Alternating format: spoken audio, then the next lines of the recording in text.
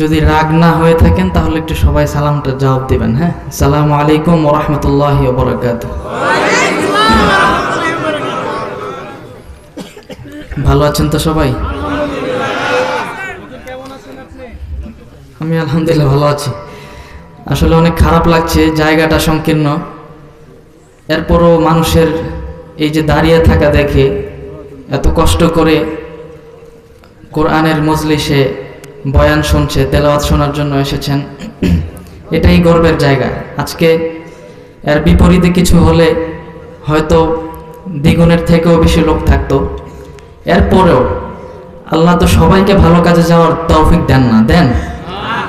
তো আপনারা যারা এসেছেন অবশ্যই আল্লাহর প্রিয় বান্দা, সেজন্য কষ্ট করে হলেও, দাঁড়িয়ে থেকে হলেও কোরআনের তেলাওয়াত এবং কোরআনের বক্তব্য শোনার আপনাদেরকে আল্লাহ সুযোগ দিয়েছেন, ঠিক কিনা বলেন? আমাকেও আসার তৌফিক দিয়েছেন, এটাও হয়তো আল্লাহ তাআলার রহমত। আমি অলওয়েজ শুকরিয়া আদায় করি আল্লাহর কোরআনের সাথে আজীবন যেন থাকতে পারি, এবং আপনাদের জন্য দোয়া করি আল্লাহ তাআলা যেন এই যে আপনারা এসেছেন, কষ্ট করে বসে আছেন, আমি আশাবাদী যে শেষ পর্যন্ত আপনারা থাকবেন না ইনশাআল্লাহ? শুধু শেষ পর্যন্ত থাকলে হবে না, আজকে এখান থেকে সবাই একটু নিয়ত করবেন, যেহেতু নিয়তের উপরেই সব কিছু। সুতরাং আজকে থেকে, এখান থেকে ওঠার পর থেকে নিয়ত করবেন।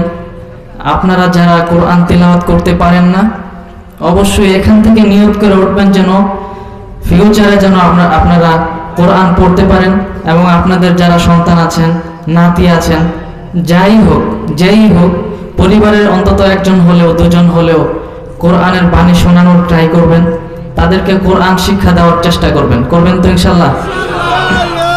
অন্তত আল্লাহ তাআলার ওই কিয়ামতের ওই কঠিন দিনে তো বলতে পারবো যে কয়েকটা মানুষকে বলতে পেরেছি কোরআন পড়ার জন্য, ঠিক কিনা বলেন?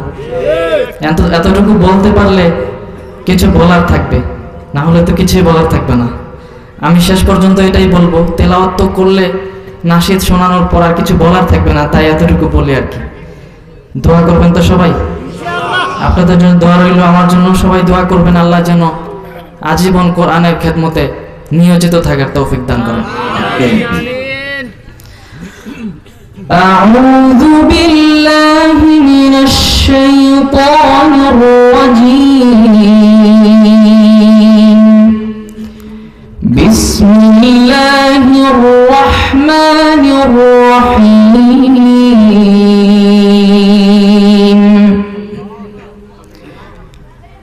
وَإِذْ قَالَ إِبْرَاهِيمُ رَبِّ اجْعَلْ هَذَا الْبَلَدَ آمِنًا وَاجْنُبْنِي وَبَنِيَّ أَن نَّعْبُدَ الْأَصْنَامَ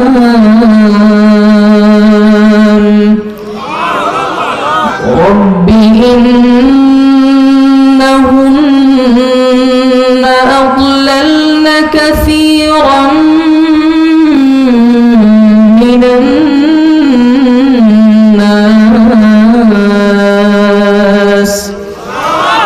فَمَن تَبِعَنِي فَإِنَّهُ مِنِّي وَمَنْ عَصَانِي فَإِنَّكَ غَفُورٌ رَحِيمٌ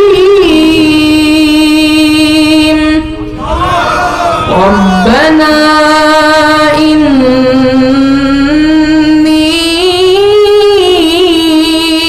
أَسْكَنتُ مِنْ ذُرِّيَّتِي بِوَادٍ غَيْرِ ذِي زَرْعٍ عِندَ بَيْتِكَ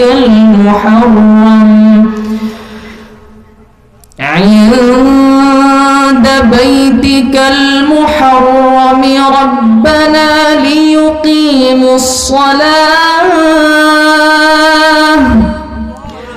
ربنا ليقيموا الصلاة فاجعل أفئدة ما يكون لي غلام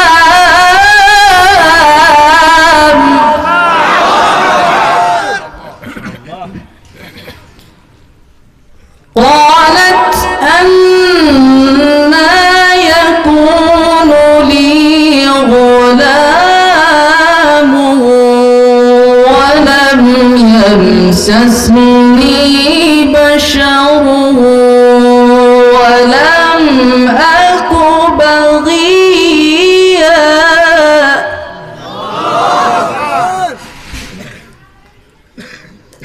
ذلك قال ربك هو علي